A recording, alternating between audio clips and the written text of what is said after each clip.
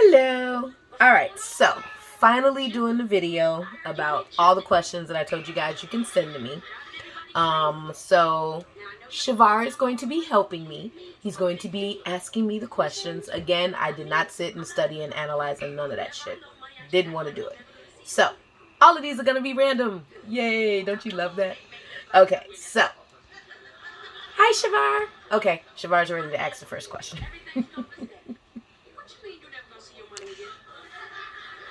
How long have you been a diabetic?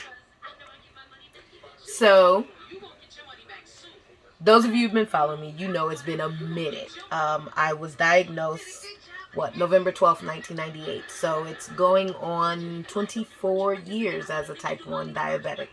I remember the day very clearly because it was my daddy's birthday. That was such a wonderful birthday gift, wasn't it? Yeah, I so special. Okay, I'm sorry. Anyway, next question.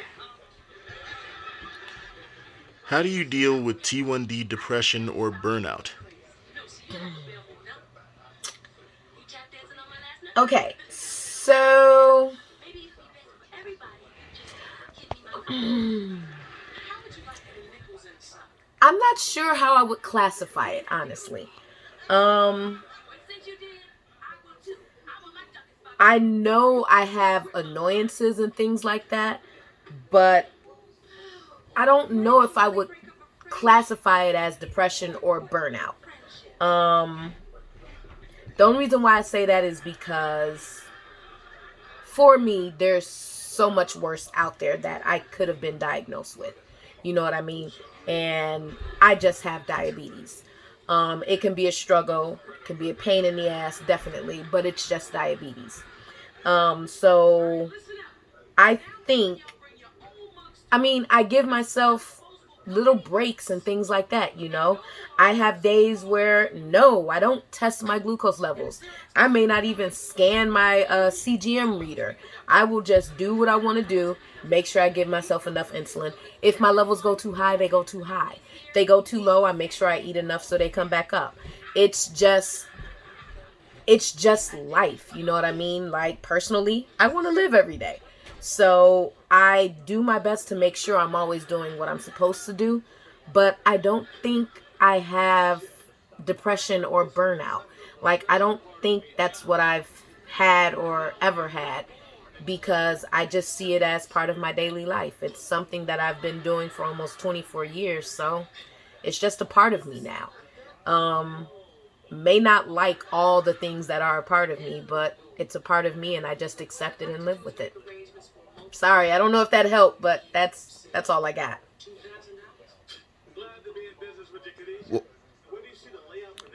What was the most difficult thing for you to deal with when diagnosed? Um, Most difficult. I'm, I don't know. The first part was learning how to do the injections myself. I was stuck in the hospital an extra week because I was telling them, well, my mom knows how to do my injections, or my stepdad knows how to do my injections, so why do I have to learn how to do them? But I had a fear of needles when I was first diagnosed, so that was the hard part for me. But shortly afterwards, I want to say the hardest part was the diabetic nerve damage in my legs and feet. Due to that, I lost the ability to walk for about a year. And it was a matter of regaining the ability to walk, learning how to walk again, and just becoming active all over again. So I think the hardest part for me is just that was the hardest part when being diagnosed with diabetes. As a T1D, how do you not feel embarrassed or ashamed of the nude photos you post? You know, the funny thing is, I had a feeling a question like this was going to come up, but I don't. Why should I feel embarrassed about those photos? Far too many times I was told because of my medical devices I wasn't considered sexy or beautiful or desirable or wanted or any of that crap, even talented, or that I can even act or perform properly. And it frustrated me. So for me, showcasing those photos, it shows a different side of beauty. Like, we're so fixated on one type of beauty, we ignore the other avenues of beauty. And as a type 1 diabetic, with all my scars, with my insulin pump, now with my CGM and everything like that, that's still beautiful. And I want to showcase that that's another part of beauty. If we can't accept all body types as they are, we can only accept them as long as they're completely covered, completely clothed, or they look like this or they look like this, then that's not true acceptance. And I truly accept myself the way it is. So that's just me. I love it and I'm okay with it. You don't post a lot of what you eat, so what is your typical diet like? Everything. I don't really have a diet. I want to say the one thing that before I was diagnosed, my mom used to always teach me and my brothers. She never said there was something we couldn't have. It was always how much of it we could have. And then, I went through my teenage years and everything. Remember, I was diagnosed at 17. So went through 13, 14, 15, 16 years old, like, oh, whatever. Mom doesn't know what she's talking about. So totally ignored what we had been raised to do. And then I was diagnosed with diabetes. And then I got diagnosed with the nerve damage, had to recover. And then eventually I went from injections to an insulin pump. And that's when I realized everything my mom had raised me with was actually true. There isn't a single thing I can't have. It's a matter of learning how much of it I can have. And as a diabetic, because I don't make insulin, knowing how much insulin to give myself to cover what I'm going to have.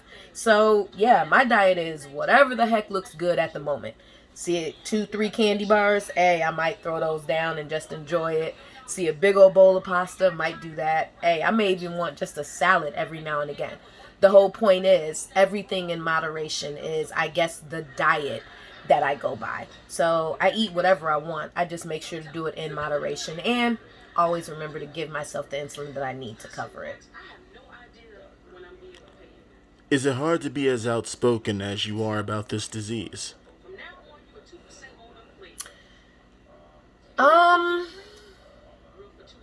Yes.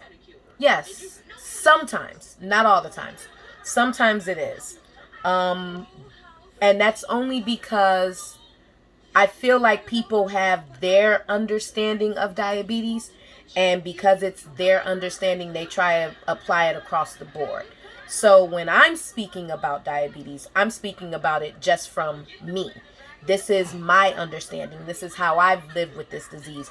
This is what I've done with this disease. So I do my best when I do speak about type 1 diabetes and living with the disease. I'm speaking about it from me. These are my personal experiences, things that went bad for me, things that went good for me, how I grew from them and everything. And I think it's important that we all tell our versions and our stories. And for me, especially being an actress, a model, all of that stuff, it becomes harder because there's this idea of what an actor or a model is supposed to look like. So I don't always fit into those categories. But at the same time, hopefully, because I am so outspoken about it, maybe it'll help change how those categories are placed. And maybe one day I will fit the categories and it'll be awesome and it'll be amazing. But yeah, it's usually very difficult to be outspoken about this disease. Do you think that your children would be proud of you if they saw your social media pages? Number one, they would have a couple of questions. Like, if I ever was blessed with kids, definitely they'd have questions galore. But what I hope that my kids would be able to take away from everything that I post is an acceptance and an understanding of who you are. I know who I am. I know what I am. I know how I am. I know what I like. I know what I don't like. I know me. And I've stayed very true to who I am on all my social media pages. So I'm hoping that, again, if I'm lucky to have kids one day, they'll be able to look at my social media and be like, wow, Mom, you really had no problem being blunt and being you and just letting you be who you are, regardless of what everyone else thought of. So yeah, I do think they would be proud of me, and hopefully they would use that in identifying and understanding who they are and hold on to that. So that's what I believe. After you were diagnosed, did your fears, hopes, and dreams change?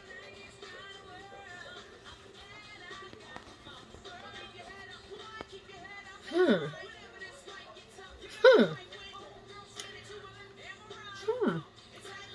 Yes, kind of, and no, kind of. I've always had a big fear of dying. That's still there. So,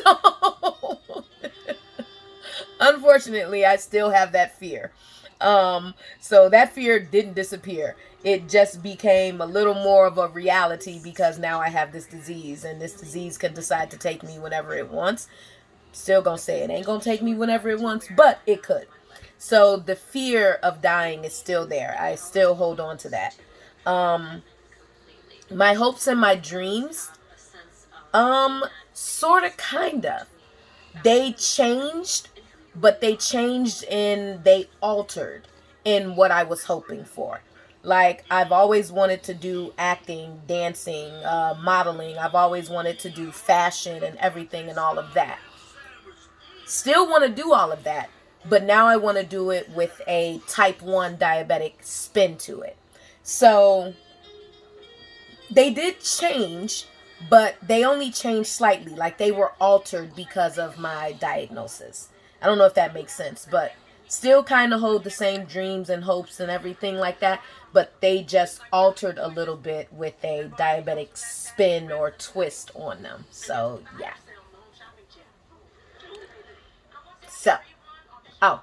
So Shavar says those are all the questions. So those are all the questions that I have for now. I'll probably do another one in another couple of months where you guys can ask me even more questions that weren't answered in this video. So thank you very much for watching. You guys have to thank Shavar for asking all the questions and being willing to stay up late with me to record this. Bye, guys.